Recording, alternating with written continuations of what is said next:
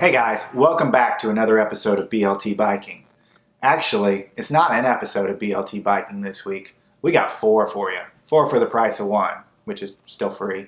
Over Labor Day weekend, several friends and I went out to Salida, Colorado, and we did our first bikepacking trip. It was the Vapor Trail route, about a 110-mile loop that starts and ends in Salida.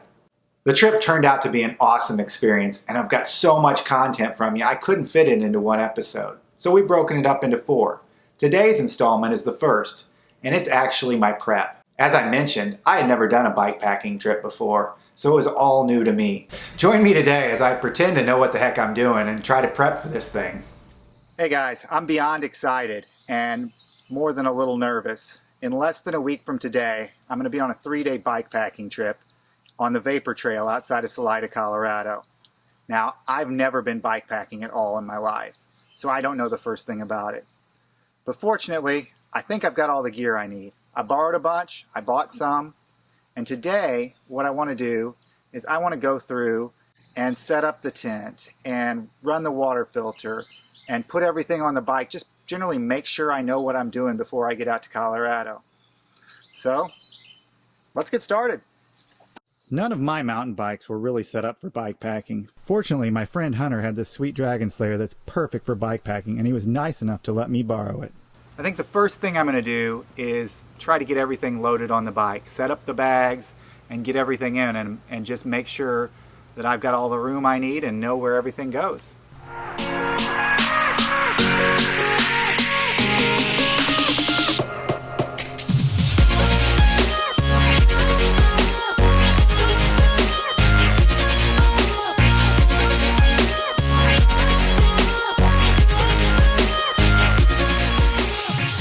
Well, that's almost everything. I'm still missing a few little odds and ends, but that's the bulk of everything that I plan on taking.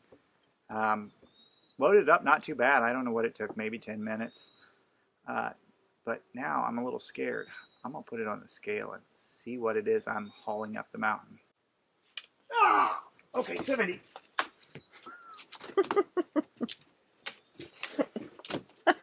Why don't you go help him? It's not balanced enough to stay on the scale. Yeah, apparently it doesn't go this high.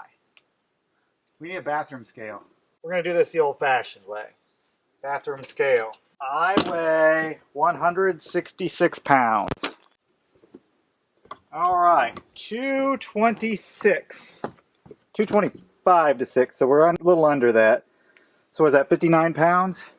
I have the tent, the sleeping bag, a blow-up sleeping pad.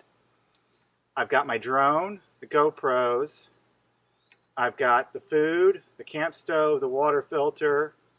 I've got a lot of stuff. I'm missing the clothing. Of course, that's going to go on my camelback, so my back's just going to weigh like 50 pounds.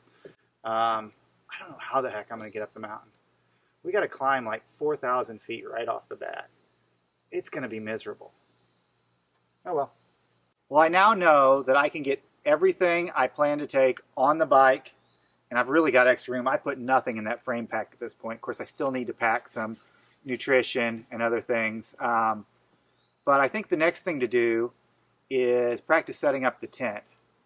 I probably haven't set up a tent in 10 years.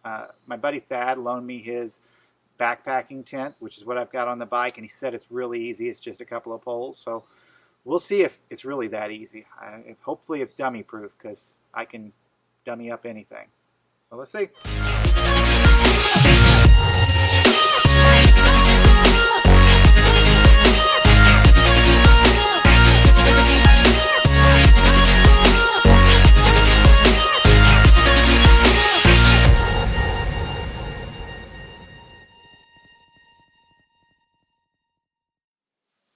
Well, that is just about a wrap on the bikepacking prep. There was only one more thing that I did in preparation for the trip, and that was test out the water filter. To do that, I got some water out of Lake Mattis. Do you remember what that looks like? It ain't pretty.